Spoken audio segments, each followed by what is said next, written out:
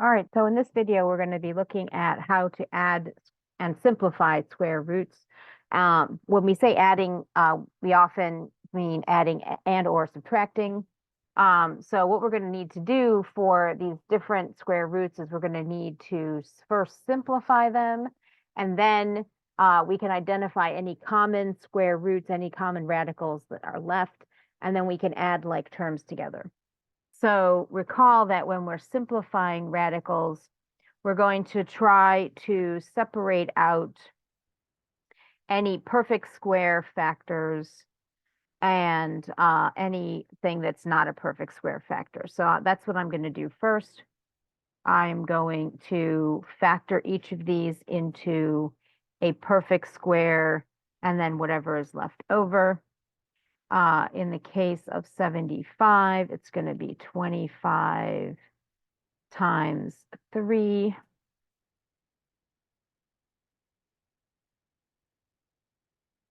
And then in the case of 45, it's going to be 9 times 5. Now, each of these perfect squares can then be separated out. And again, just to be completely clear about what we're doing, I'm going to show rather more steps than I would normally write out on paper myself. Square root of 4, square root of 3, square root of 25, square root of 3, and then square root of 9, and square root of 5. And then what we're going to do is all of the perfect squares, we're going to simplify.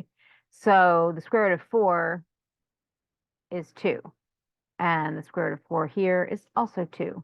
And the square root of 5 here, square root of 25 is 5. And the square root of 9 is 3. And then what we can do is we can combine the radicals that are similar.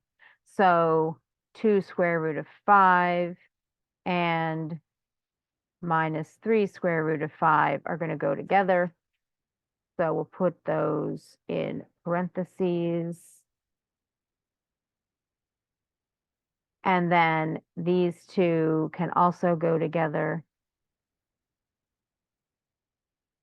And think of your common radicals as like, just treat them like x. They are in common, and therefore we're going to add the coefficients together. So 2 minus 3 is going to be negative square root of 5. And 2 plus 5 is going to be 7 square root of 3.